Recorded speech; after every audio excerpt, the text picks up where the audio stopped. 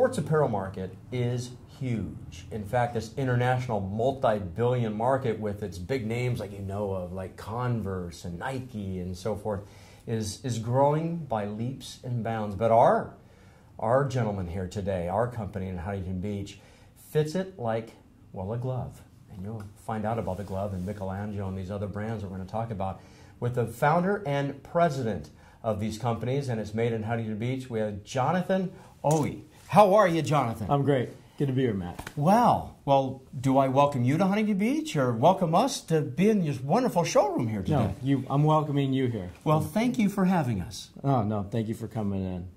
You have a rich background, a lot of knowledge and so forth, how you got to today. Mm-hmm. Can you give us the background of how it started for you? Yeah, sure, absolutely. It's so funny because like with a lot of journeys, they start and you have no idea which direction they're going to go. And that's kind of how I ended up doing what I'm doing.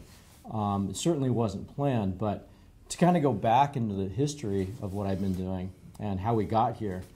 Back in the 90s, I was a vice president for one of the world's biggest leotard companies. And I was assigned this task of building a whole division in Japan for them.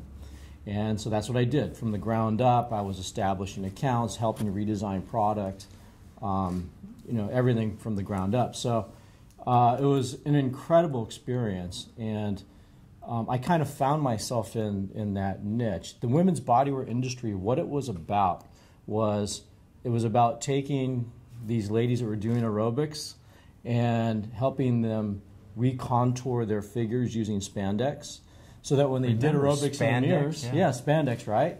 It was revolutionary back in the 80s and 90s. But using those stretch fabrics so that when they saw themselves in the mirror doing the aerobics, they looked slimmer, they looked more attractive, and it would improve their self-image, their self-confidence, all parts of their life. And so I just kind of found myself in that industry just loving it and all the things that really we were helping women to find in themselves. And, like many things, like disco, aerobics kind of faded off into the sunset. And I had to find something else to do. And so I moved back home, moved to Huntington Beach, and settled in here in 98. 98. And I bought a little cut and sew factory in Glendale, California that had this very rich history of making fantastic custom sports uniforms. So I took over the company. At that point, they really didn't have any business left. And during the day, I would go open accounts, and I would bring the things back. And there was a gentleman that he had sold the business to me. He was supposed to help me get the things made, but he fell ill. And so what I found myself doing was getting the orders during the day and coming back and working all night to try to figure out how do I get this stuff made. And so literally, I taught myself how to make patterns. And I would make patterns all night long, fall asleep on the cutting table, wake up the next day and do the whole thing again. So your skill at being a salesman led you to be a very successful, on the other side, a production designer and manager. You literally went for the sales, and then you sewed. You put these patterns, you put it all together. I put it all together. So I was designing it, laying out, like helping the customer visualize what I was going to do for them. Yeah. Coming back and then making patterns for it and then directing the sewing crew. And I was learning it on the fly, literally learning it on the fly, true survival skills. And I found out I was incredibly good at it. Absolutely. So this unique perspective, it gave you a unique perspective to go further on with this whole thing. That's right. So the problem is with when it comes to clothing, you'll have, in big companies, you'll have designers and you'll have sales guys, marketing people, but there's no total connection. So with us, I'm basically creating something for somebody, I'm then making it for them, and I'm seeing how it looks on them, and then I'm adjusting things till it gets right. So what I found was that I was it's like a guy that sits down at the piano and doesn't know they could play, and they'd start playing. I turned out to be this really good pattern maker, and I didn't even know. And so that's kind of how we went along for a while. So how did the glove then come about? Well, through the whole process of what was going on, I had a client one day say to me, and this is about 5 years ago, you know, you ought to go into girls softball. I said, well, why? He said, well, all these girls are out there wearing boys' clothing, dressed up like boys, and their coaches are telling them, you know, it doesn't matter how you look, it just matters how you play. So just don't care about that stuff. Just go out and play good. And when I heard that, I thought, wow, how uninspiring. And I thought, you know, there's one guy in the world that can do something about this. That's me. And so I went back and I thought about all the things that I loved best, doing, you know, women's bodywear. And I thought, what if I took those ideas and I applied it to these girls playing softball? And so I thought, what if I created a product that would inspire them because they looked just a little bit more attractive? So I spent about 3 months in pattern making, and I created this softball pant that became known as the glove. And what this pant does is it slims and it structures a girl's physique so that when she sees herself, she appears more attractive, her self-image improves, her self-confidence improves.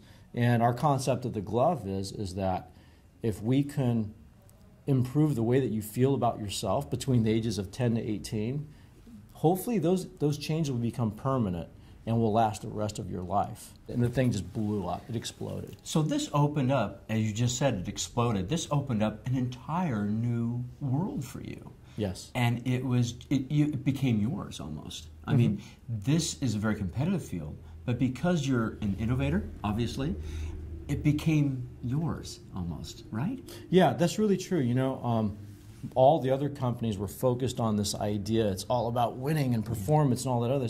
We took this whole different opposite approach. We became this kind of a rebel company that focused on, you know what, it's not just about winning all those other things. It's about how you feel about yourself, whether you're a great player, you're a bad player. You know, if we can help you improve how you feel about who you are, right, that's the most powerful, important thing that we can accomplish for you. And that's what the glove became about. So for us, it's really about our relationship with our customers. It's like the old days when you had the Italian tailor who would make clothes for you and you knew where it was coming from. You know, we live in this area of locally grown where we want to know where our food comes from. We want to know where our products come from. When we want a relationship with those companies and identify with them. And that's what we set out to do. And that's what both the glove and Michelange is about. It's about identifying with us and what we're trying to do as a company for our customers. Well, it's all very interesting and cool, but let's see how it's all made in Huntington Beach. Take us through the process. Sure. Well, typically when I get an idea for a product, in my mind, I have an idea of how I want someone to feel, how I want them to experience, what I want them to accomplish through wearing these products. And from that point, I'll go in the back and I'll start developing patterns. And, you know, I'll make curves here and I'll make a lot of the different adjustments. And then we'll cut sample product, we'll test fit it on people, and which are typically our customers. And from that point, we'll make adjustments until they experience what I'm trying to convey in that product. So from that point, how does it all seamlessly, if I might put it, how does it all come together? Sure. Well, from that point, once we have established patterns and I've graded them to the different sizes, because obviously we may make a small pattern first, yeah. And then we'll have to grade up to the bigger sizes and down to the smaller ones. And once we know that those all fit correctly for every size, then at that point we go into production.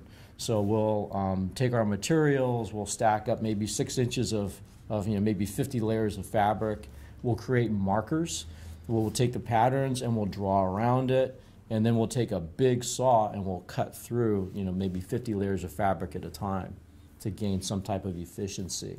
So this is where Made in America is very difficult in a competition sense, because the cost of manufacturing in the United States is, well, the cost of labor is probably about 50 times more expensive than if you were to go to Asia or to India, places like that where labor's like maybe 40 cents an hour. Where over here, you know, we've got regulations, we've got, of course, our wages are much higher. So what it means is we have to convey to our customers that choosing to work with a company like ours, a premium brand, you know, we're asking you to make a choice.